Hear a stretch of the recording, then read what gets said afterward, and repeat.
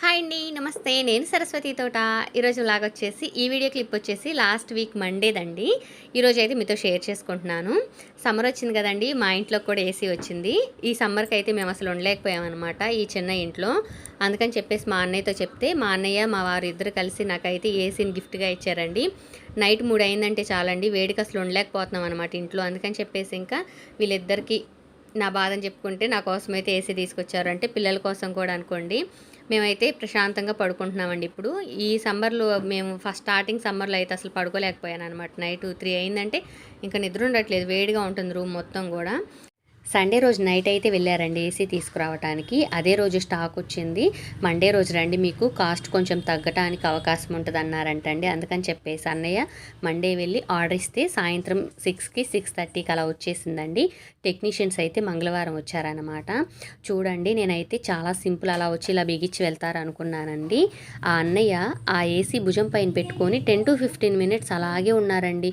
రూమ్‌లో ఫ్యాన్ కట్టేశారు. అటు ఇటు జరిపేశారు. చాలాసేపు వేడిగా ఉంటుంది కదండి రూము. చెమటలు పట్టుకుంటూ అలాగే నుంచున్నారనమాట. ప్రతి పనిని కూడా మనం చాలా సింపుల్, చాలా ఈజీ అని డిసైడ్ అవ్వకూడదని నేను ఆ రోజు వాళ్ళ పనిని చూసిన తర్వాతే అర్థమైందండి. ఏ పనిని కూడా తక్కువ అంచనా వేయకూడదు. అలాగే తక్కువగా చూడకూడదు. ఎదటి వాళ్ళని తక్కువగా చూడకూడదు. అలాగే వాళ్ళు చేసే పనులను కూడా మనం చిన్న చూపుగా, తక్కువగా చూడకూడదు. అంటే నేను చిన్న చూపుగా చూడలేదు. సింపులేలే అంత కాస్ట్ ఇవ్వాలా, 2000 ఇవ్వాలా వాళ్ళకి ఏసీ బిగించినందుకు, అలా వచ్చి ఇలా బిగిచ్చేసి వెళ్ళినందుకు అనుకున్నానండి. కాకపోతే వాళ్ళు చాలా కష్టపడ్డారని అయితే నాకు ఆ రోజు అర్థమైంది. ఎవరు చేసే పనిని వాళ్ళు సొంతంగా గౌరవించుకున్నారనుకోండి, మనం ఎదటి వాళ్ళ ముందు ఎప్పుడూ తక్కువ కాకుండా ఉంటాము. నిజంగా అండి మనం చేసే పనిని ఫస్ట్ మనం ప్రేమిస్తేనే ఎదటి వాళ్ళు మన పనికి గౌరవిస్తారన్నమాట. మనం మన పని మీద రెస్పెక్ట్ లేకుండా ఉంటే ఎదటి వాళ్ళకి ఇంకా చులకనవుతామండి. మనం చేసే పని ఏదైనా సరే అందులో తప్పులు లేకపోతే మనం ఎప్పుడూ రెస్పెక్ట్గానే ఉండాలండి మన పని పైన. మనం మన పనిని గౌరవిస్తేనే ఎదటి వాళ్ళు కూడా మన పనికి గౌరవిస్తారు. ఇది మాత్రం వాస్తవం అనమాట. వాళ్ళు మంగళవారం 7:30కి అలా వచ్చారండి. అప్పటి వరకు వస్తారు అని వెయిట్ చేసిన వాళ్ళు రాకపోయేసరికి, అంటే ఈవినింగ్ 6 వరకు వెయిట్ చేశామండి. రాకపోయేసరికి ఇంక వీళ్ళు ఈ టైం అయినా కూడా రాలేదు కదా, పొద్దుగూకుతుంది కదా, ఇంక రారు అని అయితే అనుకున్నామండి. నిజానికి ఆ రోజు యశ్వితమ్మకి ఫుల్ జ్వరం అండి. తనకు ఆ జ్వరం ఉండటం కూడా అసలు ఎంత ఎక్కువగా ఉందంటే 104 ఉందండి. ఎప్పుడు పుట్టిన తర్వాత నాకు తెలిసి 104 రాలేదనమాట. వాళ్ళు ఆ రోజు రాకపోతే మేము చాలా టెన్షన్ పడుతూ యశ్వితమ్మ గురించి చాలా బాధపడాల్సి వచ్చేది. తనకి మార్నింగ్ ఒక సిరప్ తెప్పించి పోసానండి. జ్వరం తగ్గలేదనమాట. అంటే జ్వరం తగ్గటానికి మందు మనం పోసినప్పుడు కడుపులో ఇమడాలి కదా, వామిటింగ్ అయిపోయింది. ఆ ఫ్లేవర్ పడలేదని చెప్పేసి వేరే ఫ్లేవర్ తెప్పించాను జ్వరం సిరప్పే. అది వేసిన తర్వాత కూడా వామిటింగ్ చేసుకుంది. ఇంకా జ్వరం కంట్రోల్ అవ్వట్లేదు. మందు అయితే కడుపులోకి వెళ్ళట్లేదు అనమాట. వామిటింగ్ అవుతుంది. మందు తాగినట్టు వామిటింగ్ అయ్యేసరికి జ్వరం పెరుగుతుంది కానీ కంట్రోల్ అవ్వట్లేదండి.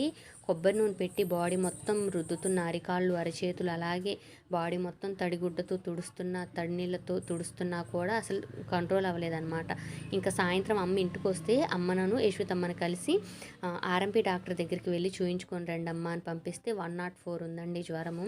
ఇంకా మామూలుగా టెన్షన్ రాలేదన్నమాట. ఆ నైట్ వాళ్ళు వచ్చి ఏసీని కనుక బిగించకపోతే మేము చాలా ఇబ్బంది పడేవాళ్ళమండి. ఎందుకంటే యశ్వితమ్మకి ఫుల్ జ్వరంలో ఉంది కదా, అసలు అంత జ్వరం ఎప్పుడు రాలేదన్నమాట. ఆ రోజే ఎండ కూడా బాగా ఉండటం, అసలు బాగా వేడి అనమాట, తట్టుకోలేనంత వేడి ఉంది. చాలా టెన్షన్ పడ్డాం.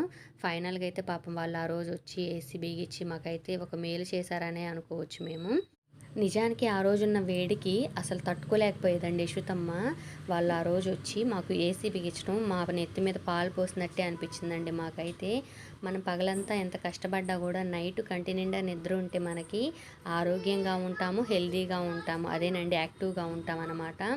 నైట్ కంటి నిండా నిద్ర లేక, పగలు వేడి తట్టుకోలేక సరిగ్గా అయితే అసలు ఉండలేకపోయేవాళ్ళం అనమాట. అందుట్లో యశ్వితమ్మకి జ్వరం రావటం వలన ఇంకా టెన్షన్ పెరిగిపోయిందనమాట. వాళ్ళు ఆ రోజు వస్తే బాగుండు, రిపేర్ చేస్తే అదే ఏసీ బిగిస్తే బాగుండు అని అయితే చాలా అమ్మవారికి నమస్కారం చేసుకున్నానండి నేను. అలాగే పాపం వాళ్ళు లేట్ నైట్ అయినా వచ్చారు, బిగిచ్చారు, వెళ్ళారు. వాళ్ళకి థ్యాంక్స్ చెప్పుకోవచ్చండి. ఇక్కడేంటంటే నేను దోశలకైతే ప్రిపేర్ చేస్తున్నానండి. రెగ్యులర్గా అయితే విండో తీసి ఉంచుతాను కదా, ఏసీ బయటికి వెళ్ళకూడదని చెప్పేసి. అంటే మనం ఏసీ ఆన్ చేసుకున్నప్పుడు విండోస్, డోర్స్ అన్నీ క్లోజ్ చేస్తాం కదా, అందుకని కిచెన్ ముందు ఉన్న విండో అయితే రోజు తీసే ఉంటుంది. ఇంకా ఏసీ వచ్చింది కదా అందుకని చెప్పేసి విండో క్లోజ్ చేశాను. వంట చేసే టైంలో తీస్తానండి. వంట చేసే టైంలో ఆ డోర్ తీయకపోతే ఆవిరి మొత్తం లోపలే ఉండి చాలా అంటే చాలా వేడిగా ఉంటుందన్నమాట. అసలు తట్టుకోలేమండి ఆ వేడికి. ఏసీ గురించి పక్కన పెట్టేస్తే ఫైనల్గా సమ్మర్లో మా ఇంటికి ఏసీ వచ్చింది. మేము కూడా హాయిగా పడుకుంటున్నామండి. ఇక్కడ ఏంటంటే నేను మా వారు డిస్కస్ చేస్తున్నాం. ఏంటంటే ఆయన నా చేతికి ఇచ్చిన డబ్బులు ఎక్కడ పెట్టావని అడుగుతుంటే నేనే వాటికి వాడాను వీటికి వాడాను అని చెప్తున్నాను. ఆయన ఒక అమౌంట్ని వేరే వాళ్ళకి కట్టాలని చెప్పేసి ఆ డబ్బులు నాకు పలానా చోట పెట్టానని చెప్పేసి చెప్పారు, కానీ నాకు చూపించలేదు. నేనైతే ఒకవేళ చూపించే టైంలో నేనైతే చూడలేదన్నమాట. నార్మల్గా ఇంట్లో వాడుకోవడానికి ఇచ్చిన అమౌంట్ని నేను ఏసీ రిపేర్ బిగించడానికి వచ్చిన టెక్నీషియన్స్కి పై ఖర్చులు ఉంటాయి కదండి, ప్లగ్లు అలాంటివి తీసుకురావాలన్న వాటికి వాడారనమాట. నేను ఇక్కడ ఆలోచిస్తున్నాను అన్నమాట. బాగా ఆలోచిస్తే నాకు గుర్తొచ్చిందనమాట. నేను ఏ అమౌంట్ ఎక్కడ ఎంత వాడాను అనేది అదే ఇక్కడ చెప్తున్నాను అనమాట. ఈ డబ్బులు నేను ఆటికి వాడాను వీటికి వాడాను, ఫోన్ దీ బావా క్యాలెక్ట్ చేస్తాను, అవి నువ్వు ఇచ్చినాయే కాదనేది అర్థమైంది అని అయితే చెప్తున్నాను అనమాట. చూడండి ఇక్కడ గమనించండి నాకు ఎంత ఆఫ్ మైండ్ ఉందో. నేను ఇప్పుడు ఒక్కొక్కటి వివరంగా చెప్తున్నాను. నేను అక్కడ అంత వాడాను ఇంత వాడాను, ఆ అమౌంట్ మొత్తం మనం క్యాలెక్ట్ చేసుకున్నాం అనుకో, నువ్వు ఇచ్చినవి అవునా కాదా అనేది అర్థమైద్దని చెప్తున్నాను అనమాట. దోశ పెనం పైన వేసి ఆయిల్ చుట్టూత వేసి క్యారెట్ ఆనియన్స్ పచ్చిమిర్చి సన్నగా చాప్ చేసి పెట్టుకున్నాను కదా, వాటిని అయితే వేసుకున్నానండి. నిజంగా అండి డైట్ చేసే వాళ్ళకైనా లేదంటే కొంచెం నీరసంగా ఉన్న వాళ్ళకైనా లేదంటే టిఫిన్ ఎక్కువ తినకూడదు అనుకున్న వాళ్ళకైనా సరే ఒక్క దోశ తింటే చాలండి, కడుపు నిండిపోయి టేస్ట్ కూడా చాలా బాగుంటుంది అనమాట. నాకేంటంటే ఈ పెనం కొంచెం ఎక్కువ సంవత్సరాలు అయిపోయేసరికి పాడైపోతుందండి. ఫస్ట్ టైం దోశ అయితే కొంచెం అంచులు పాడవుతుందన్నమాట. ఇంకా సెకండ్ టైం దోశ అయితే మంచిగానే వస్తుంది చూడండి. పిల్లలకి మా వారికి బ్రేక్ఫాస్ట్ అయితే ప్రిపేర్ చేస్తున్నానండి. మా వారు పిల్లలు గుడికి వెళ్ళి వచ్చినట్టున్నారు. ఇంకా నేనైతే వర్క్ వేసుకుంటూ ఇంట్లో పనులు అయితే చేసుకుంటున్నానండి. వర్క్ వేసే టైంలో ఎక్కువగా వర్క్కే టైం కేటాయిస్తానండి, తక్కువ టైంలోనే ఇంట్లో పనులు చేసుకుంటాను. వర్క్ చేస్తూ నేను ఇంట్లో పనులే కంప్లీట్గా చేసేసాను అనుకోండి, ఏదైనా మిస్టేక్ వచ్చిందనుకోండి అది సరి చేసే బదులు నేను టెన్షన్ ఎక్కువ పడతాను, అలాగే ఫీల్ అవుతాను అనమాట. ఎలా ఉండిద్దని. ఎందుకంటే అంత బాధ అని చెప్పేసి నేను ముందు వర్క్లకు ఇంపార్టెన్స్ ఇచ్చేసి చిన్నగా వర్క్ కంప్లీట్ అవుతుంది అన్న టైంలోనే ఇంట్లో పనులు అయితే చేసుకుంటాను. నైట్ అయితే హ్యాండ్స్ మొత్తం వేసేసానండి. ఇంకా మార్నింగ్ లేచి నెక్ వేశాను, తర్వాత ఫ్రంట్ కూడా పెట్టేసుకున్నాను అనుకోండి. నాకు ఒక బ్లౌజ్ అయితే కంప్లీట్ అయిపోయింది కదా. యశ్వతమ్మకను వాళ్ళ డాడీకి ఆనియన్ దోశ వేసి ఇచ్చానండి, క్యారెట్ ఆనియన్ దోశ. కృష్ణమ్మ అయితే ఆనియన్స్ అలా ఏం తినదనమాట, క్యారెట్ ఇష్టంగా తిన్నా. ఇంకా తనకి ఎగ్గు దోశ కావాలి అని పర్టికులర్గా అడిగింది, అందుకని చెప్పేసి తనకి ఎగ్గు దోశ వేసి ఇచ్చానండి. ఇంకా ఫ్యామిలీ మొత్తం అంటే వాళ్ళ ముగ్గురే తింటున్నారండి. నేనైతే వేసే పనిలో ఉన్నాను, వాళ్ళైతే తినే పనిలో ఉన్నారు. నిజంగా అండి ఇద్దరు పిల్లలు ఉన్నప్పుడు వాళ్ళలో ఒకరికి బాగోకపోయినా కూడా వాళ్ళు పత్యాలు చేయాలి కదా, ఎదటి వాళ్ళు వేరే తింటుంటే వీళ్ళు ఎంత ఫీల్ అవుతారో నేను యశ్వతమ్మని చూసి అర్థం చేసుకున్నానండి. యశ్వతమ్మ అయితే ఫీల్ అయిందండి, నాకు ఎగ్ దోశ పెట్టలేదు, ప్లెయిన్ దోశ వేసి ఇచ్చావా అమ్మ.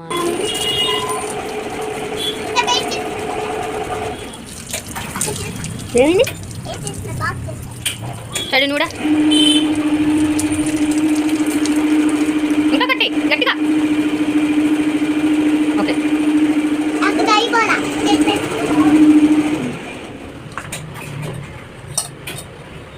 చట్నీ లేక ఒకరి బాధలు. మా వారు తిని బయటికి వెళ్ళారండి. కృష్ణమ్మది కూడా తినటం అయిపోయింది దోశ. యశ్వతమ్మ అయితే పాపం చట్నీ అడుగునుంటే దాన్నే తీసుకొని తింటుందన్నమాట. తనకి ఎగ్ దోశ పెట్టినందుకు ఫీల్ అయిందండి. జ్వరం కదండి ఎలా పెడతాను అందుకని చెప్పేసి పెట్టలేదు. ఇక్కడ ఏంటంటే నేను లంచ్లోకి పచ్చడి చేస్తున్నాను, అది మ్యాంగో తురుము పచ్చడి అండి. నార్మల్గా అయితే వంకాయలు ఉన్నాయి, వంకాయ బఠానీ చేద్దాం అనుకున్నాను. కానీ యశ్వతమ్మ ఏమడిగిందంటే మమ్మీ నాకు మామిడికాయ పచ్చడి చేసి పెట్టవా అని అడిగింది. అందుకని చెప్పేసి నేను ఇంకా అప్పటికప్పుడు అయిపోయే పచ్చడి, 5 నిమిషాల్లో అయిపోయే పచ్చడి అండి, మ్యాంగో తురుము పచ్చడి.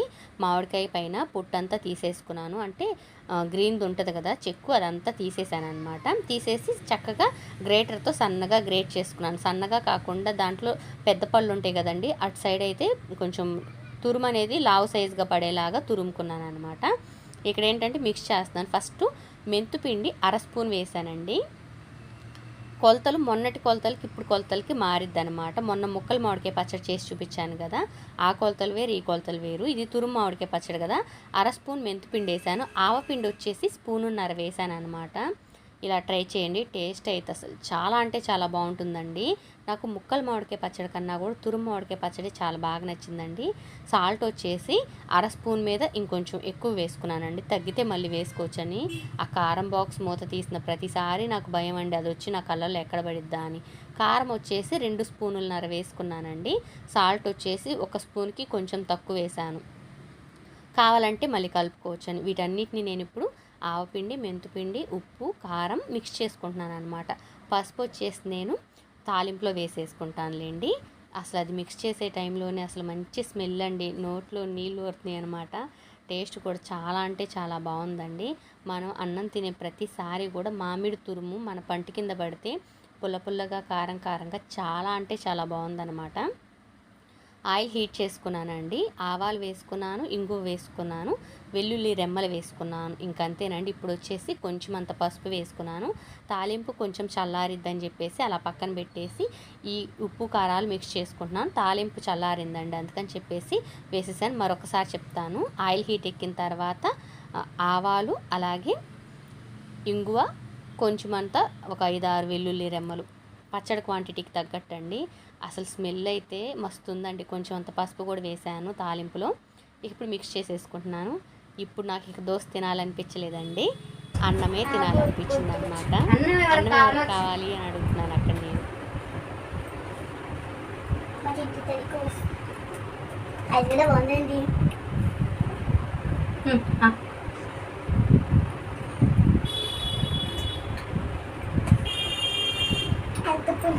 ఎంత పుల్లిగా ఉందా అడిగి చెప్పు. అంత పుల్లిగా ఉంది, అంత పుల్లిగా ఉంది. ఆ తర్వాత చూస్తా, ఆ తర్వాత నువ్వు చూస్తా. మమ్మీ మీరు కాదురా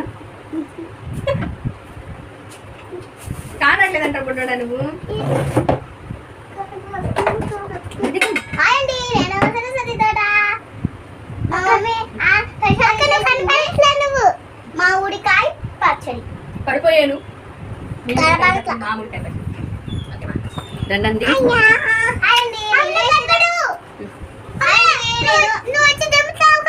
చూసారు కదండి మా పిల్లలు హ్యాపీ. నేను ఎప్పుడు చెప్తూనే ఉంటాను, పచ్చడి టేస్ట్ చూస్తారు ఖచ్చితంగా మా పిల్లలు నేను పచ్చడి చేశానంటే అని.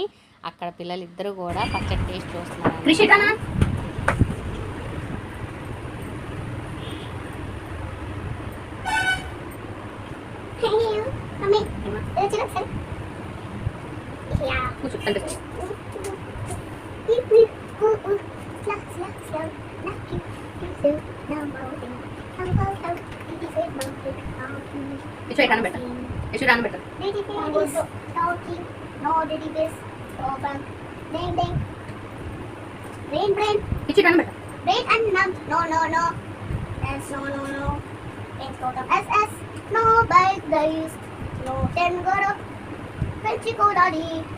కావాలా అంటే no no no no no no easy game not no no no no go go go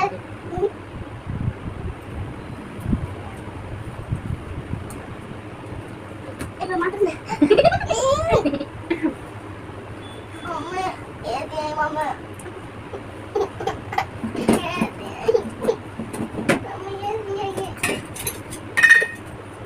ఏంటి షమా నేను కూడా అప్పుడు వేసి అంటావేంటి? సన్నదిగా కావాలి, సన్నదిగా ఏది కావాలి అంతే అవ్వడు.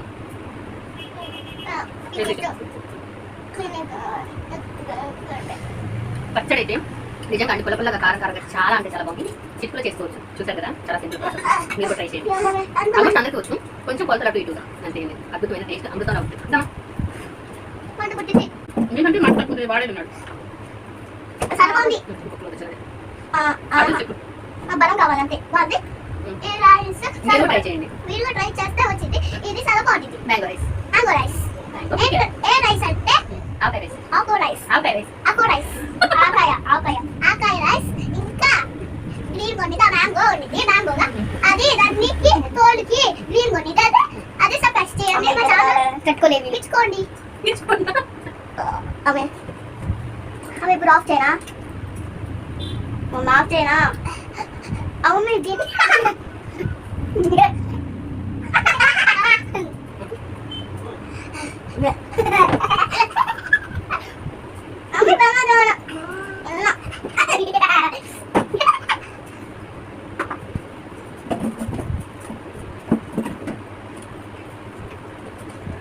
చూసారు కదండి, పిల్లలు కానీ నేను కానీ ఎంత ఇష్టంగా తిన్నాము. టేస్ట్ అయితే చాలా అంటే చాలా బాగుంది. చాలా సింపుల్ ప్రాసెస్, ట్రై చేయండి ఎవరైనా ట్రై చేయకపోతే. అక్కడ ఏంటంటే యశోతమ్మ తినడానికి రాలేదు, అలిగిందండి. ఏసీ వేయమంటుందండి. టైం వచ్చేసి 10 కూడా అవ్వలేదు. ఏసీ ఏంటమ్మా అంత ఎడిట్ అవ్వకూడదు అని చెప్తున్నాను. ఎంత ఏసీ ఉన్నా కానీ అంత ఎడిట్ అవ్వకూడదు కదండి. కొంచెం మధ్యాహ్నం టైంలో వేడిగా ఉన్న టైంలో వేసుకుంటాము, 10కే వేసుకుంటామండి. చల్లటి గాలి కావాలని అడుగుతుందండి. మొన్నటి వరకు ఏసీ లేదు, అప్పుడు ఏం చేశారండి, ఫ్యాన్ గాలికే కదా ఉంది. అలా ఎడిట్ అవ్వకూడదని చెప్తున్నానని అలిగి పక్కన కూర్చుందనమాట. కృష్ణమ్మ అలాంటిది ఏం లేదండి, తను తినాలనుకుంటే తినిద్ది, లేదంటే నాకు వద్దు మమ్మీ అని చెప్పేసి ఫస్ట్ టైం ముద్ద పెట్టించుకొని మంటగా ఉంది మమ్మీ అని ఫ్రిడ్జ్లో వాటర్ తాగేసి తర్వాత చాలా బాగుందని వచ్చి తినేసింది కదా. తనకి తినాలనిపిస్తే ఖచ్చితంగా తినిద్ది, తనకి నచ్చితేనే తినిద్ది, లేకుంటే తను తినదు. అక్కడైతే వర్క్ కంప్లీట్ అయిందండి, తీసేసాను. ఇంకా వేరే వాళ్ళ బ్లౌజ్ కూడా ఉందన్నమాట, దానికి జాయింట్లు చేయాలన్నమాట. అంటే 1.5 మీటర్ ఫ్రేమ్ కదండి నాది. ఆ బ్లౌజ్ పీస్కి మనం అటు సైడ్ ఇటు సైడ్ నార్మల్ బ్లౌజులు వేస్ట్ బ్లౌజ్ పీస్లు అయితే యాడ్ చేయాలన్నమాట. అప్పుడు ఫ్రేమ్కి ఫిట్ చేసుకోవడానికి కుదిరిద్దండి.